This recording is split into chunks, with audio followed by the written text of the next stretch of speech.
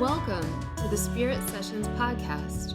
I'm your guide, Katie Silcox, bringing you your weekly self-love soundbite. Join us, where I'll help you find your true spiritual home, where every single aspect of you is holy ground, holy ground, holy ground, holy ground.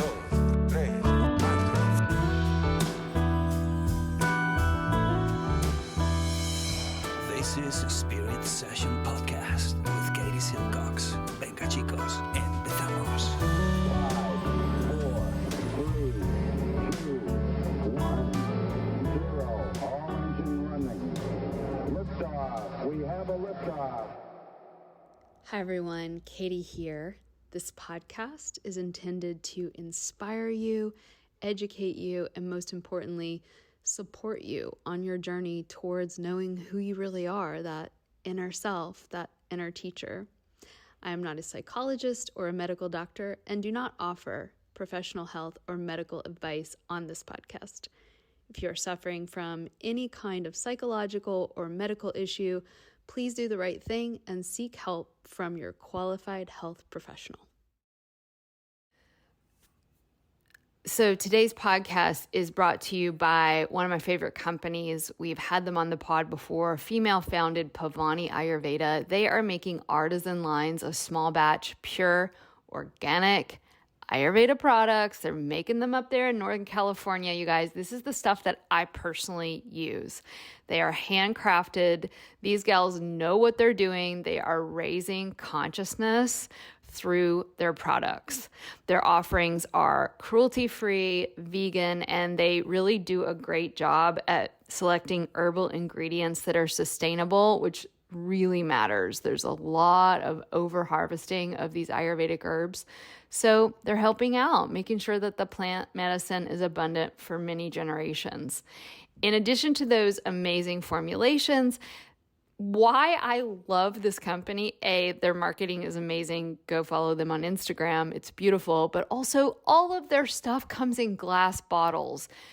Let me tell you, as a businesswoman, that is a labor of love. Their products are in glass to maintain the integrity of those herbs. They're amazing. Their stuff's printed on recycled paper stock, all the good things. So I really recommend that you get your Ayurveda products from Pavani. You will be supporting a woman, female-founded business, small business that helps you maintain your health. And their products are incredible. I use their body oils. They have an amazing coconut milk bath powder. Make sure to get some of that.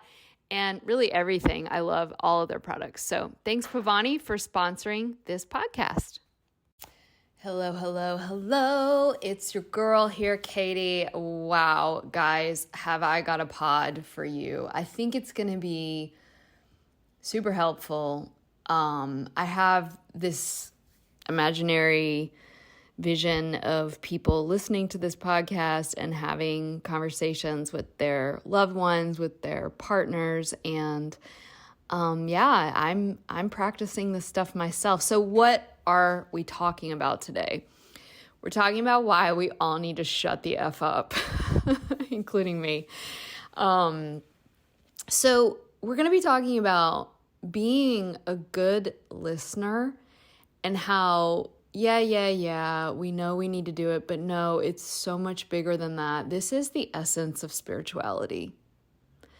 One of my mentors, you guys know I've talked about him before, Thich Nhat Hanh, says that the most simple mantra for love and therefore changing the pain and the suffering of our deeply polarized culture is, dear one, I am here and I see you.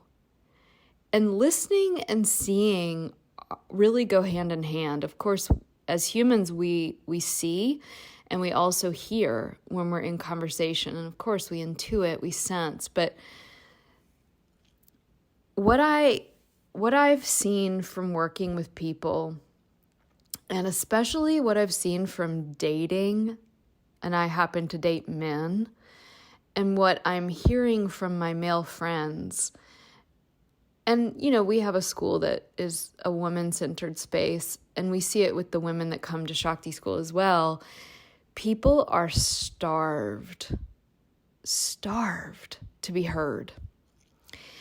I think that TikTok and Instagram, Twitter are kind of ruining our brains in a way. And so we have to be really careful because if we don't have the power to sit still and be with, we certainly have missed out on the first most important spiritual practice, which is mindfulness, right? I can be here now in this with you is also I can be here now in this with me. And so if we don't have that, guys, then we cannot even begin the spiritual practice. And so we can practice this in our own meditation practice with ourselves, with our thoughts, with our feelings, but we are, most of us, not Buddhist monks. And so we can really practice it with other people. So what is it going to do for us? What is so great about being a good listener? Well, let's start with the upside for you. The benefit is that you become better at empathizing and understanding other people's points of view. And in this crazy world that we live in where there's no sort of sense of nuance, this is really magic medicine to pause and just take a moment to do something that I know, guys, I'm such an opinionated person. I am aware of the fact that this might feel like building a muscle, but actually listening to people and getting to know their perspectives and being open, keeping our heart open to people's perspectives, even when they may seem radically different than our own. It helps us empathize. Now, we know from studies from Harvard that good listeners are more successful in their professional careers. So that's a huge upside. It just makes you more charismatic, and it makes people trust you more. Good listeners make great teachers and therapists and mentors. So it's not only just in the business field. Good listeners make good mentors as well. And, many of you listening to the podcast are in Ayurveda school. If you're not, well, I hope you can join us next year, 2023. But one of the things that we're learning how to be when we're learning how to be any kind of mentor, coach, or therapist is how to listen. Now, I want to tell you a little funny story. Let me finish this idea from Harvard. So listening displays respect. People, when you pause and you don't talk and you listen, and we're going to get into some of the how-tos in this podcast in a moment, people feel that you respect them and that you're interested in them. And it really does tap into the child brain in all of us that wants to feel like we're being held in unconditional positive regard, right? We as parents know, your kids are not going to come home and be like, hey, Mom, how are you feeling, Mom? Mom, how was your day? Let me deeply hold you in this space of deep listening. No, we do it for them, right? And so we're all just big kids walking around. So when you listen, it makes people feel that you respect them, but also that you care about them. Another big, huge benefit is that it was found to drastically reduce the chances of argument or miscommunication, simply being quiet and listening. So super interesting stuff. I want to tell you a funny story. I want to tell you two stories today. So basically, a lot of this stuff I practice dating when I'm dating, right? I don't go into dating necessarily thinking that I'm going to be with my soulmate. I try to go in really using the experience as a practice of spirituality. And it's been really cool because then you kind of go in with an open mind rather than thinking, oh, I'm probably going to get married from this experience. And so I was on a date, and And the guy showed up at this coffee shop. This was probably like a year and a half ago or 2 years ago. And he was strikingly good looking. Okay. And so I don't know how many of you out there are dating, but it was a nice experience to see such a good looking man at the date. But I noticed my own mind go into this place of, oh my God, like, am I good enough? Am I pretty enough? Am I young enough? Do I have a good enough body? All these sorts of inner dialogues that can come up when you start dating. Dating is the worst and the best for awakening these old mental patterns. And he was so handsome. So I was watching myself having these inferiority thoughts. And I recommend to people, and we've talked about this in other podcasts, and I recommend it to my students. Luckily, I'd done some energy work, meditation before the date. And so it's just a basic practice where you invite your connection to God, your connection to the divine into your body, and you just ask that this time with this person be for the highest and best. And then I was doing this energy practice of pulling my attention from the earth up into my legs and into my belly. Okay, so I was going in full. I don't need this date to give me anything. I'm already full. I can just be okay and come forward with my true self. So I go to this date, I sit down, and this good-looking man proceeds to talk at me. Y'all have all had this experience, I'm sure. He talked at me for a long time, in fact, the entire date, and I found myself kind of asking him questions and then him answering those questions, and I would listen. And at the end of he wouldn't ask me anything back. And it's super annoying, right? And it's super awkward. And I could feel the reaction, like, God, this guy is going to just answer all these questions and never ask me anything about me. And so I just started doing this energy work where I was pulling energy up and also feeling, which I'll teach you guys at the end of this podcast, my own heart moving back into the back of my body and feeling the loving arms of support all around me. And even as I say that, I can feel it right now with you, right? There's this feeling of being held when you have a relationship to spirit. And it's a relationship that has to be built through meditation, through prayer, through time, through consistency, like any good relationship. And I could feel that reactivity in me of being pissed off, like, this guy's not going to give me anything that I need. He's not going to even ask me a question about me.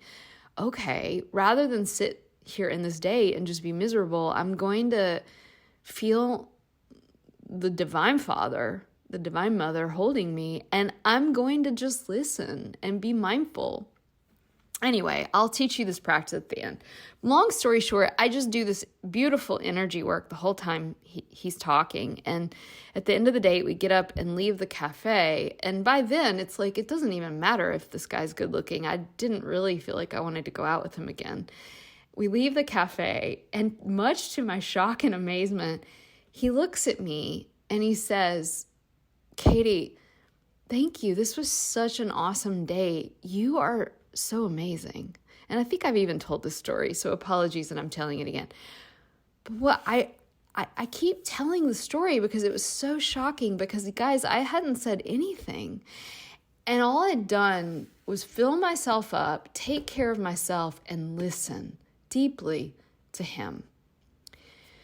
So fast forward the other day, which inspired this podcast, I was speaking to someone on the phone. And I was listening to a story that he was telling me about being in Navy SEAL training. And I found this fascinating. I'm, admittedly have a fascination with soldiers and probably an attraction because it's so different than me and my life. And he's telling me the story about being in this Navy SEAL it's not training, it's they're testing you. And, out of 120 people, I think like 8 people made it through. And he's telling me these stories, and it's just so fascinating. And I'm asking these questions, and I'm involved, and I'm interested. And at the end of this discussion, he says to me, "You are such a good listener." And I was like, "Thank you so much. That is such a good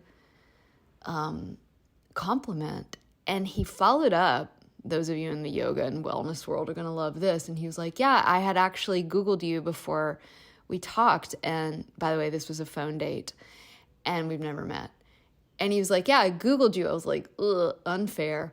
And I saw that you were like a podcaster, and you have an Ayurveda school, and you were a New York Times bestselling author, and you have another book coming. I mean, the guy knew way too much, actually, for my comfort. And I just assumed you'd be a terrible listener. And I was so shocked. I mean, that is just so telling. Like, if you're in the public eye or a well-known whatever, people may assume that you're a bad listener. Okay. So Harvard studies show that people are much worse listeners than they think they are. Everybody thinks they're a good listener, but they're not. And so I really want to take the time to talk about this society healing, family healing, couples healing, people healing capacity that is so important, that many of us may think we're good at, but most of us aren't. And I'm learning how to be a good listener too, because the bottom line is, it feels so good to talk and to feel like you're being heard, especially in our world today. We can think about hundreds of years ago, maybe not even that long ago, but definitely in our tribal past, we would, the men would go off to hunt, the women would go off to forage and take care of the children, and then we would all come back and gather around the fire and talk about the day. And this was really, really important, because we learned about what worked, what didn't work, what dangers were about, and this was something that our psyche for thousands of years was used to doing. And now we really have lost that in some ways. And so we'll talk about how to be a good listener. And I really encourage you to do these practices on your own with people and see what happens. What kind of magic starts to happen when you do these practices. You don't have to tell people you're doing it, like I've explained on my little secret dates. And also, you can do practices together. So we're going to go into this today. So there was this study done in the 50s, and Ralph Nichols and Leonard A. Stevens write in the 1957 Harvard Business Review article that it can be stated with practically no qualification that people in general do not know how to listen. They have ears that hear very well, but seldom have they acquired the necessary oral skills which could allow those ears to be used effectively for what is called listening. So they've done study on thousands of students and hundreds of business people. And in these studies, they found that most people really retain less than half of what was said. And this was even exactly, they did the study on retention right after they had just talked to them. So it's not even about like retaining this information a few days later or months or years later. And so we really are, just like love, not instructed on how to do this stuff. We have to learn. So first and foremost, one of the most powerful things we can do is find our body when people are listening. Finding our body may involve finding your breath, feeling the sensations in your hands, your legs, your belly, whatever works for you, but becoming embodied brings you into the present moment. The present moment is the only place you can listen from. I'm going to say that again. The present moment is the only place you can actually listen from. Your body, your breath, your sensations are in the moment now. here's where most of us are, and my hand is raised too. I'm working on this as well. As a lecturer, I'm used to talking. Listening, when someone is talking to us, it is so common, especially augmented by our technological world and the speed in which we live our online lives. It's so often that we're skipping ahead to what we are going to say while the person's talking. So while someone's speaking, we are either waiting for the moment when we can interject our own opinion, even worse, waiting for the moment where we can refute what they're saying. Some of you out there listening, a lot of you pitta types, we are looking for the flaw in what they're saying. We're looking to convince, we're looking to one up. A lot of this stuff is subconscious. Or, I'm looking at you kapha types and pittas, and we don't have to make it all Ayurvedic, but we are looking to solve their problem. Raise your hand if you know what I'm talking about. We want to fix it. We want to help them. We want to heal them. They're talking about something going on in their life, and we have the remedy. We can't wait to get the remedy out of our mouth. This is not helpful. Or if we're Vata, we're just spaced out completely, not even listening. We're thinking about, the unicorn we saw in our dream last night. So there are a million ways we can leave the present moment, as we know. But when we're listening, active listening involves, here it is, guys, it's super powerful, actually caring about what the person is saying. And I know sometimes people are super boring. And this is where the love and the compassion come into play. Like, one of my prayers is like, let me see through the eyes of Christ consciousness. Let me see this person through the eyes of love is another way of saying that. Great listening starts with being present in your own body. And guess what? That only has benefit for you. Great listening involves seeing other people and actually caring about what they're saying. And I need help for this because I find people quite boring sometimes and maybe annoying. And especially when people are just regurgitating the latest political perspective or regurgitating the latest news article. And they're regurgitating because it's packaged language. And you can even hear it in my voice. I find that abhorrent. And so this is a practice in compassion, right? And when we can practice embodiment and compassion, the irony is that the benefits come through us first. When I can see another through the eyes of compassion, I get the love before it is shared with them. I get the presence. So listening with empathy really involves recognizing the verbal and nonverbal things that people are saying. And so maybe they're saying something you disagree with or that you find boring or that you find annoying. But if you can tune into the nonverbal cues, you can see, this person is anxious or lonely, and really being able to kind of tap into that nonverbal. When you nod your head or you say, those are also cues that you're listening. But what's so cool is like you can validate what someone is saying without having to agree with them. By nodding, by even repeating what they said, by doing the that we do, you're just giving them a sign that you see them, that you hear them, that you are picking up what they are putting down.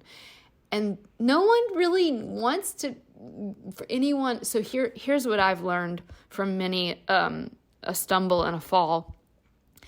People don't necessarily want you to agree with them. They just want you to know that they want you to know that you hear them and that you can understand them, even if you don't agree with them. So, another really cool thing you can do is sort of stay tuned to the salient points of what someone is throwing out there. And what's cool about this is this also helps us train our brain to stay connected and to stay focused. Try to remember what someone said. Another thing that is super powerful is try not to automatically be coming up with the next thing that you're going to say before they're done. Really leaving these pauses, waiting for people to finish. And I know this can be challenging. Really helps someone feel heard. You can really use it as a meditation. Pay attention to when your mind wanders off and notice, well, what's stopping me from really hearing this person? Is it boredom? Is it I don't agree with them? Am I hungry? Am I tired? And that really, really can be helpful. Or, another thing to notice, and I kind of shared that example from the date that I went on, as they're speaking, do you feel inferior? Do you feel superior? By the way, when we feel inferior, be assured the flip side of that will be superiority that shows up later. Similarly, do I feel superior?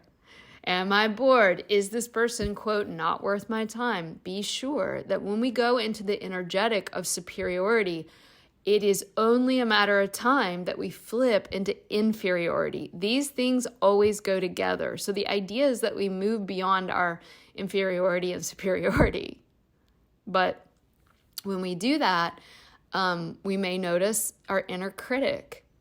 Maybe you're noticing you feel inferior and you're not even hearing what they're saying. Same thing with superiority.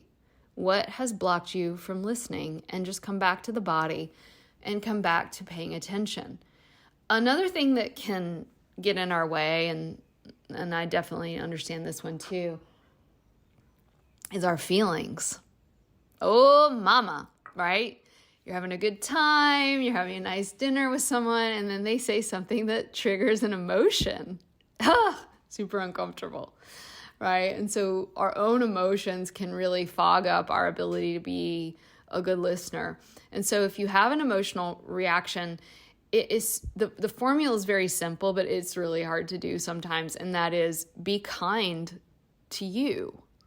Oh my God, I really am feeling the emotion of fear, of anger, of rage, of sadness as this person's speaking, and to just really give room for that to exist. Notice it, but don't become it.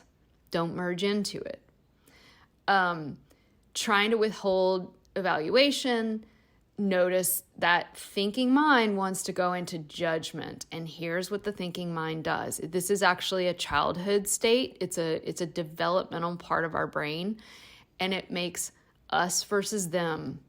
I'm right and you're wrong. Those are the only two options from that child brain. I'm right and you're wrong. Ooh, that's an interesting one. And then we start to go on a big hunt. This is what our mind does. Our thoughts want to feel justified and validated. So now I'm on a hunt for all the ways that I'm right and you're wrong, so that I can justify my thoughts. And more importantly, I can justify the feelings inside of me. Our thoughts and feelings are looking to be justified. When we just step out of that whole game, magic starts to happen. So really, really powerful stuff. Another reason I know I can go offline and not want to listen is that someone is blowing their load on me without my permission. What does this look like? Oh, I know all y'all out there, you're laughing in your car as you're listening. You're going to be cracking up because you guys, this is a thing. When people vent at us, we've all had that experience where someone's upset and they're venting and, they're going off on a tangent and they're actually not interested in a conversation, but they want a therapist. And so one of the things that can be very helpful is to just, before you do venting, is to ask somebody, hey, I'm really upset. Do you have the bandwidth to listen? So on the venter end, you might want to ask someone if they have the bandwidth. That's a great way of, I do this with my sister. I do it with my best buds. It's like, babe, I'm upset. Can you call me? Can I call you? Let me know when is a good time. Or, I have a mentor, a therapist that I know I'm going to have a session with. I try not to vent on my employees either, like, hey, Sarah, I need to talk about this. Let me know when a good time is. This is just good venting hygiene, because we do need to vent. We do need to talk. But now what do you do when somebody's venting on you, at you, and you don't have the bandwidth? It's hard. So you have to make that decision. Do I want to go into a place of compassion and listening where I can hold this? Or do I want to pause them and say, hey, I actually don't have the bandwidth for this right now, and I love you and I care about you. Can we talk about this in 10 minutes or 30 minutes or tomorrow or next week?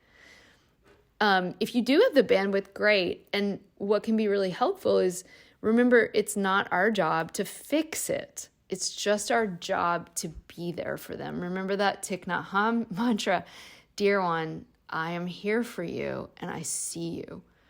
The best thing people need when they're hurting is just that listening ear. There's actually a really great book on this by Mark Goulston, who's a psychiatrist, and it's called Just Listen. Just listen. What are you feeling? Oh, that sounds really hard. I hear you, babe. I've been there too. I get it. I hear you. That is really helpful for people. Another thing that the research from Harvard showed was that people think faster than we can talk. And so a lot of times the human mouth is doing about 125 words per minute, whereas our brain's neurons can fire 200 times a second. And so that's why it's really valuable when we are having conversations that involve, not psychic conversations, verbal conversations, to remember and be compassionate around the fact that your brain is firing 200 times a second and we can only speak 125 words per minute. Also, when people talk really, really, really quick, it can actually divert us from being able to listen. So slowing down, especially when it comes to hard conversation, can be helpful.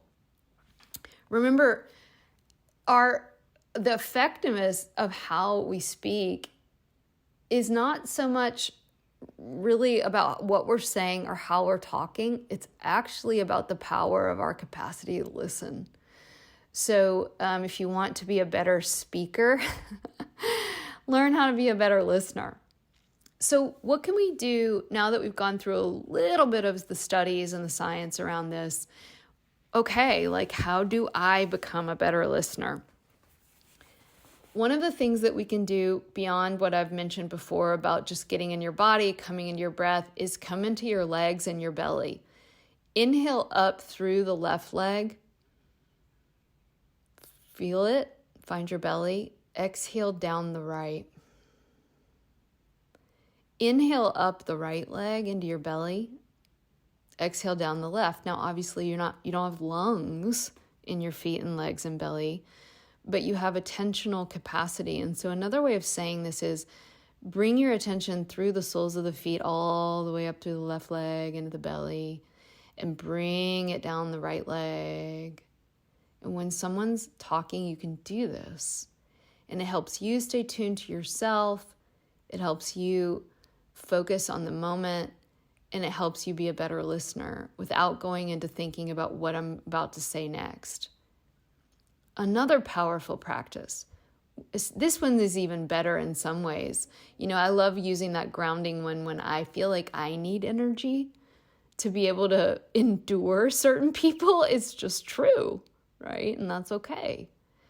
But let's say you're sitting with someone you're enjoying, you're having a heart-to-heart conversation, and you just really want to hold room for them. This is so powerful if someone is especially if someone's going through a tough time, someone's hurting, or when you're receiving information maybe about your relationship that's hard. This is a great one. So you bring your attention into the middle of your chest, that spiritual heart. You feel like you can bring your awareness behind you, that Shiva pillow, that spaciousness behind us is the realm of the unconditional. The front of us is a conditional, and that's okay. You do this for me, I'll do this for you. But that's the conditional. Let's go behind us. my heart behind me. I'm doing it right now as I'm talking to you. You can do it right now as you're listening to the podcast. When I'm behind me, I do not need you to make me feel okay. I don't need you to validate me. I don't need anything because I'm held in the unconditional realm. And that realm can hold. It can hold trauma. It can hold emotion. It can hold really tough stories. It can hold strong and tough information. Another way of thinking this is, can you find the part of your mind that is empty? And can you find the part of your mind that is free and peaceful while someone's speaking? That's the realm of the unconditional. I call it the Shiva pillow because you're laying back in the arms of the divine. That is who is holding you. So you can hold what's being said. And you're not trying to fix it. Remember, this is just deep, deep quietude and listening. When we practice this in Shakti school, I ask the students, when you're hearing someone else, try not to be thinking about what you're going to say, what advice you're going to give. Go into a space of pure, quiet listening. And that is hard. And that is a practice. And so filling myself up allows me to have energy for the conversation. And then going into the unconditional back body gives me that freedom of mind. And so I really encourage you to do this. Another wonderful practice that you can do is this is a little bit less energy and a little bit more just practical with your partner, your friend, your family member, even your employee relationships. Hey, okay, you have the floor. Talk and then I'm going to repeat back what I heard you say. So it's your turn and then it's my turn. And I call this the ping pong game. You talk, I return what you said to you. Now I talk, you return what I said. And what is so incredible is like, and the phrase, did I get that question? Did I get that right? Did I get that right?